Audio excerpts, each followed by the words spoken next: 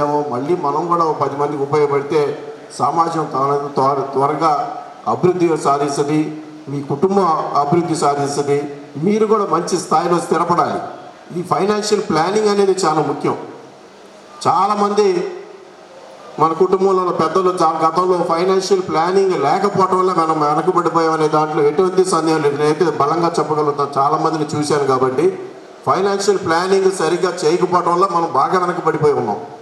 ఇవాళ ఆ తప్పు మళ్ళీ చేయట్లేదు. ఇవాళ ఉన్న యూత్ జనరేషన్ బాగా బ్రహ్మాండంగా ప్రతి దాన్ని ఆలోచిస్తూ ఉన్నారు, ప్రతి దాన్ని అడుగు ముందుకు వేస్తూ ఉన్నారు.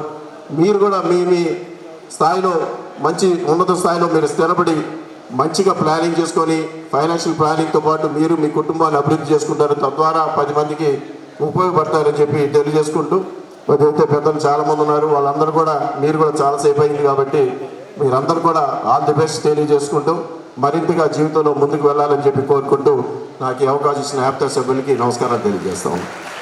థ్యాంక్ యూ అండి కిలా Rosaiah garu. Very great inspirational words. Rosaiah గారి చేతుల మీదుగా మరికొంతమంది విద్యార్థులు